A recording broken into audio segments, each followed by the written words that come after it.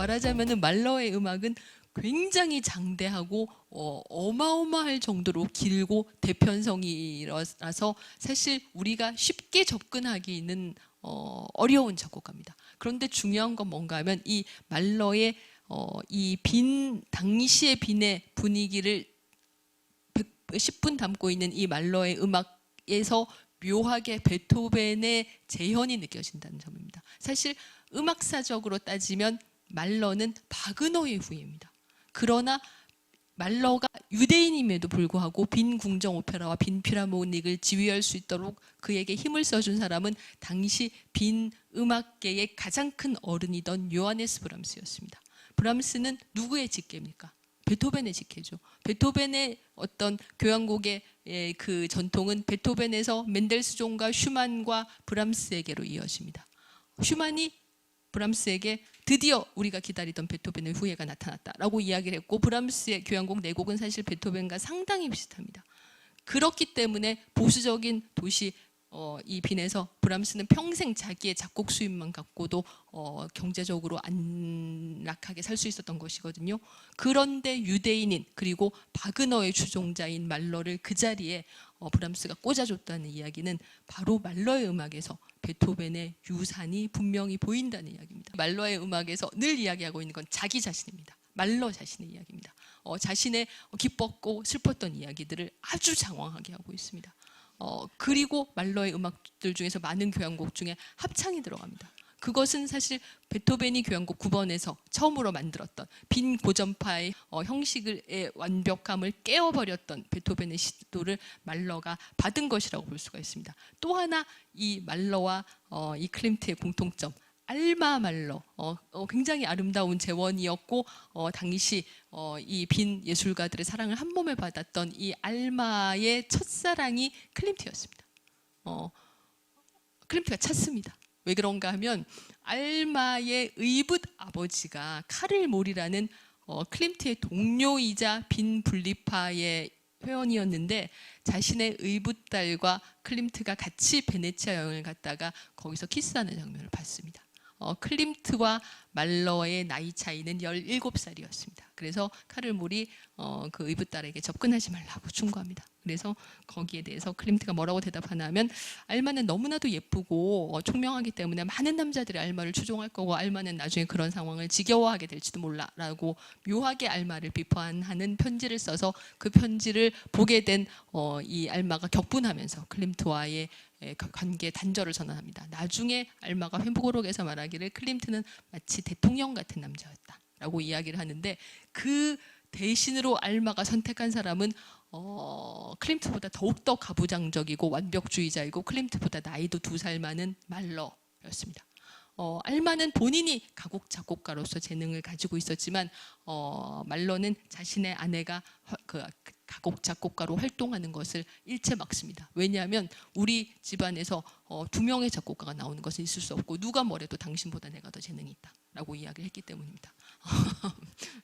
뭔가 오늘 성격 파탄자들에 대해서 얘기하고 있는 것 같아요. 예, 당시 아무튼 말러는 지휘자로 훨씬 더 유명했습니다. 완벽주의자적인 거의 무자비한 스타일의 지휘였기 때문에 특히 오페라 지휘에서 완벽한 무대를 만드는데 아주 정평이 나 있었다고 합니다. 이 알마와 말러와 2딸들인데 나중에 이 큰 딸이 7살 때 디프테리아로 죽으면서 두 사람 사이가 결정적으로 갈라지게 됩니다. 비엔나에 가면은 베토벤의 산책로가 있거든요. 베토벤이 전원을 작곡할 때 산책한 길이 하일리겐슈타스 쭉 있는데 그 길 끝에 가면은 베토벤의 동상이 있고 거기서 한 10분, 15분 걸어가면 말러의 무덤이 있습니다.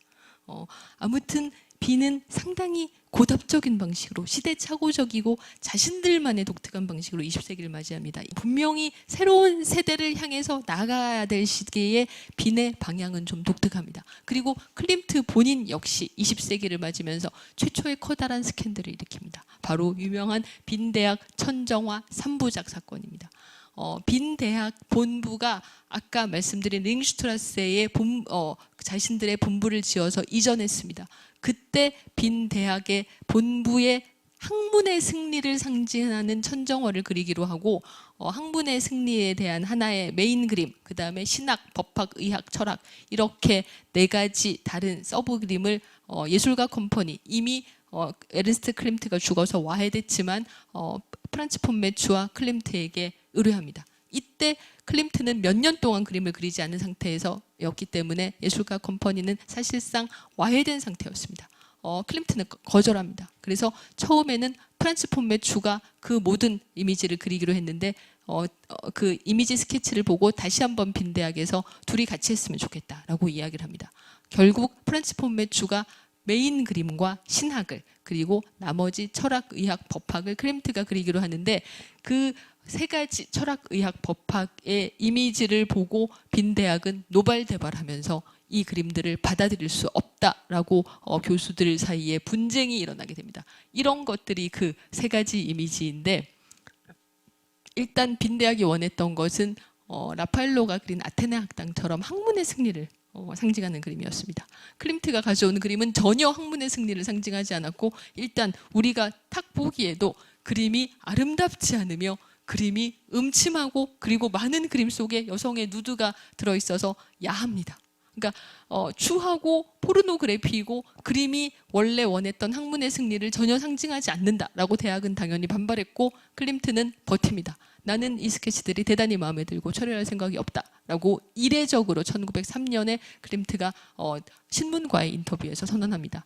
이 싸움이 거의 3년을 가는데 이 3년 동안에 빈 문화교육부 장관이 사임하게 되고 클림트는 또 클림트대로 빈 예술 아카데미의 교수로 임용됐는데 교육부가 그 임용을 거절하는 사건이 벌어집니다. 그래서 3년 동안 버티다 클림트가 마침내 1904년에 선언합니다. 내가 이 그림의 청탁을 철회하겠다. 계약금을 다 돌려주겠다. 내가 내 개인의 예술적 만족을 위해서 이 그림들을 완성할 것이다. 그리고 어디에도 팔지 않겠다. 나는 앞으로 어떤 공공 그림의 미술의 청탁도 맞지 않겠다라고 선언하는데 왜냐하면 중간에 교육부가 궁여지책으로 뭐라고 얘기했냐면 현대미술관에 전시하자 라고 이야기해서 클림트도 빈 대학도 그 중재안을 받아들이지 않았기 때문입니다. 87명의 교수가 이 그림을 받아들일 수 없다라는 연판장에 서명했는데 반대는 두 가지로 나눠집니다. 첫 번째는 그림이 학문에 대해서 전혀 이해하지 못했고 학문에 대해서 관련이 없고 포르노그래피다라는 점입니다. 이것은 사실 이 그림도 클림트도 현대미술도 이해하지 못한 교수들의 고답적인 사고방식이었습니다. 아마도 소수의 교수들은 이 그림이 의미하는 바를 이해했을 겁니다. 이해한 교수는 더욱 적극적으로 반대할 수밖에 없었습니다.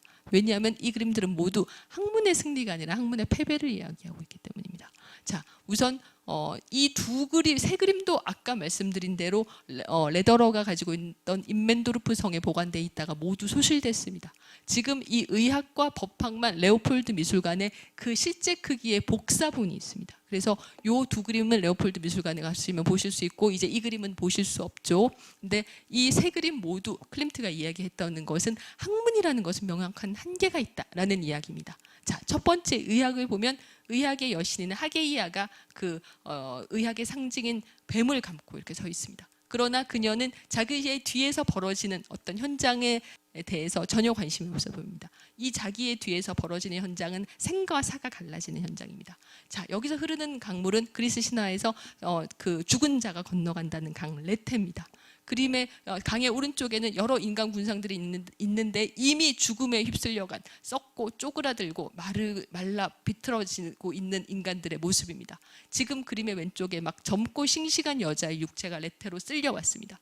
이 여자의 몸에는 아직 생명의 기운이 남아 있습니다. 그러나 곧 여기로 쓸려 들어가게 되면 이 여자의 젊고 아름다운 몸 역시 여기에 있는 군상들처럼 쪼그라들고 마르고 썩고 비틀어질 겁니다. 그러면 이 그림은 무엇을 이야기합니까? 아무리 의학이 발전해봤자 죽는 사람 못 살린다라는 이야기죠. 자, 법학입니다. 법학 뒤에 지금 자세히 보시면 저울을 든 법과 정의의 여신이 보일 듯 말 듯하게 너무 작아서 보이지도 않습니다. 여기 문어 같은 괴물에게 잡힌 마르고 늙고 지친 노인이 뒤로 손을 결박당한 채 심판을 받고 있는데 그를 심판하는 사람들은 여기 법과 정의의 여신이 아니라 뭔가 고르곤처럼 보이는 불길해 보이는 사악해 보이는 여자들입니다. 그러면 이 그림 무엇을 얘기합니까? 법과 정의가 아니라 세상사의 대부분의 판결은 이런 불의와 부조리에 의해서 결정된다. 우리 거의 100% 동의하죠? 예, 그렇습니다. 그리고 철학을 보시면 여기서도 뭔가 괴롭게 어떤 삶의 고통과 근원적인 운명이 주는 불가해함 속에서 고통받고 있는 사람들이 막 이렇게 괴로워하고 있는데, 여기 철학은 거대한 하나의 마치 바위에 새겨진 얼굴처럼 나는 그런 거 몰라 라고 이야기하고 있습니다. 역시 철학이라는 거대한 담론이 인간들이 살면서 겪는 고통을 전혀 이해할 수 없고 그 고통을 경감시켜 줄 수도 없다라는 이야기를 하고 있습니다. 아유, 세 가지 다 너무 맞는 말이라서 더 이상 말을 붙일 수가 없을 정도인데, 클림트에게 당시 가해졌던 비판 중에서 대학도 못 나왔기 때문에 이런 학문의 심오한 뜻을 알 수 없을 것이다 라는 비평이 아마 클림트에게 가장 모욕적이었을 겁니다. 클림트는 니체와 쇼펜하우어를 탐독했던 사람이었고, 이런 학문에 대해서 이해했을 뿐만 아니라 그 학문이 가지고 있는 한계까지도 다 설파하고 있는 사람이었습니다. 장군 클림트가 얼마나 화가 났나 하면 금붕어라는 그림을 그려서 자기를 그런 식으로 비평했던 평론가들을 조롱합니다. 여기 붉은 머리를 한 여성이 자기 엉덩이를 흔들면서 뒤를 쳐다보면서 보는 이들을 조롱하는 듯한 미소를 짓고 있고, 뒤에 금붕어가 지나갑니다. 근데 금붕어의 눈은 영혼이 없는 눈, 그저 허여멀거하게 뜨고 있는 눈입니다.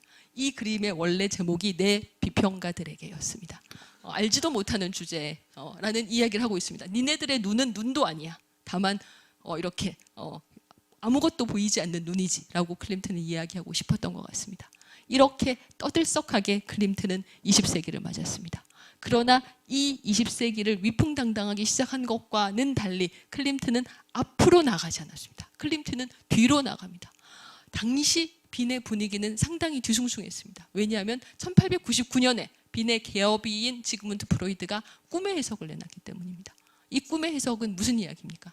어린아이에게도 성욕이 있다. 물론 여자에게도 성욕이 있다. 모든 사람들의 본능에는 성욕이 존재하고 있고, 그 성욕 때문에 남자아이는 어머니를 차지하려고 하나 그 앞에 자신의 라이벌처럼 버티고 있는 도저히 이길 수 없는 아버지를 증오하게 된다라는 이야기죠. 보수적인 빈 사회의 이 이야기는 엄청난 파문을 불러일으켰습니다. 빈 사람들이 이렇게 길을 지나가다가 이 프로이드가 오면 홍해의 기적처럼 양옆으로 쫙 갈라져서 갔다고 합니다. 자, 클림트와 프로이드는 서로를 알고 있었을까요?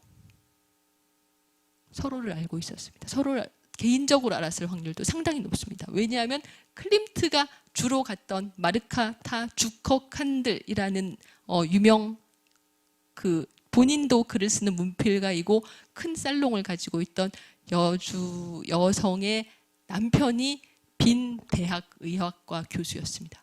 그래서 클림트는 그 주커 칸들에게 부탁해서 빈 대학 의학과의 해부학 교실에 해부 실습을 참관한 적이 있었다고 합니다. 뜻밖이죠.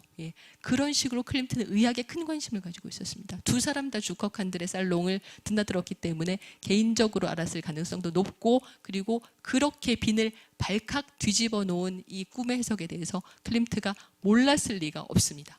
클림트의 그림에 1900년대 초부터 본격적으로 이 프로이드의 이야기를 담은 그림들이 등장하기 시작합니다. 유디트는 두 가지 측면에서 대단히 중요합니다. 아까 말씀드린 대로 여성도 성욕을 가지고 있고 그 욕망을 가진 한 사람의 인간이다라는 이야기를 한 최초의 그림이고, 두 번째는 금이라는 재료를 처음으로 클림트가 본격적으로 사용한 작품이기 때문입니다. 유디트부터 저희 다음 시간에서 클림트의 황금시대와 그의 몰락에 대해서 다음 시간에 하면서 저희 3부작 마무리 짓도록 하겠습니다.